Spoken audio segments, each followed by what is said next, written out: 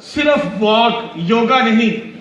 और आजम साहब क्या कहते थे, अमीन हफीज तू पैदल चल चल के घिस जाएगा, तेरी टांगे अकड़ जाएंगी, तू योगा में आ जा, तेरी जिंदगी संवर जाएगी, तेरी सहाफत बेहतर हो जाएगी, तेरा जहन फ्रेश हो जाएगा।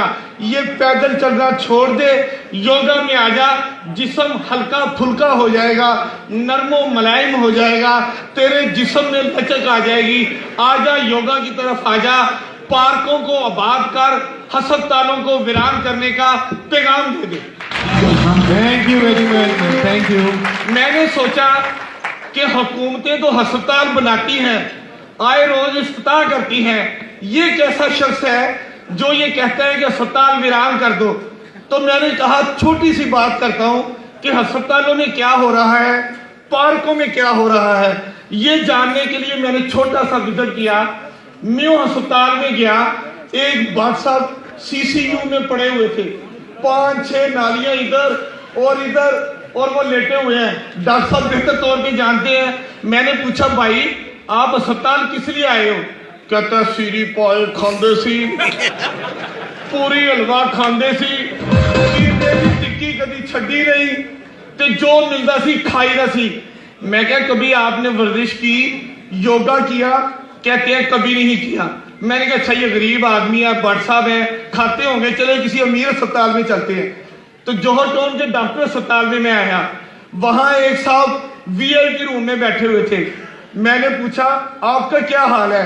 कहते हैं अल्लाह ने बहुत दिया है, जायदादें हैं, गाड़ियां हैं, नौकर चाकर हैं, घर में फ्रिज है, फलों से भरी हुई है, लेकिन बेटे खा कुछ नहीं सकता। मैंने कहा कभी आपने वर्जिश की है?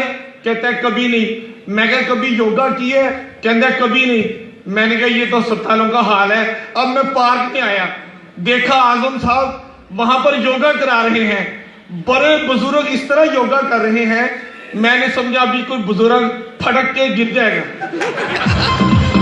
लेकिन इतनी खूबसूरत चीज है, मैंने जब देखा कि बड़े बुजुर्ग जिस्म में इतनी लचक, इतने फ्रेश, सुबह नमाज के बाद ये सारे इकट्ठे होते हैं, हम साहब तो कभी हो ही नहीं सकती। तो जब मैंने बुजुर्गों को देखा और आजम साहब को और अतर साहब को उनको यंग मैन कहते देखा, तो थोड़ा मेरे दिल में भी चस्का आया कि यंग हम भी बन जाएं। तो आखिरी बात ये कहूंगा कि आजम साहब ने कहा था हस्पताल वीरान कर दो, पार्क आबाद कर दो।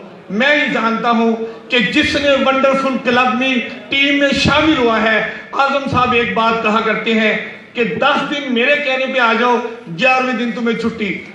लेकिन 11वें दिन कोई बंदा पार्क में आने की छुट्टी नहीं करता।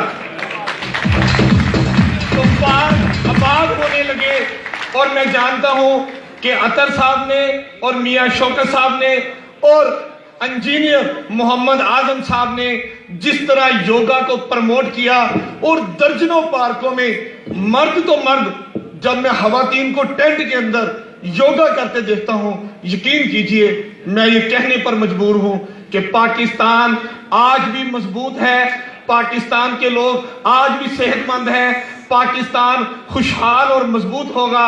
और इंशाअल्लाह ताला इस बड़े हुए योगी हाल के साथ मैं आखिरी बार ये कहते हुए इजाजत चाहूंगा कि पाकिस्तान तरक्की करेगा, पाकिस्तान खुशहाली की तरफ जाएगा अगर पार्क आबाद होते रहेंगे, अस्पताल वीरान होते रहेंगे।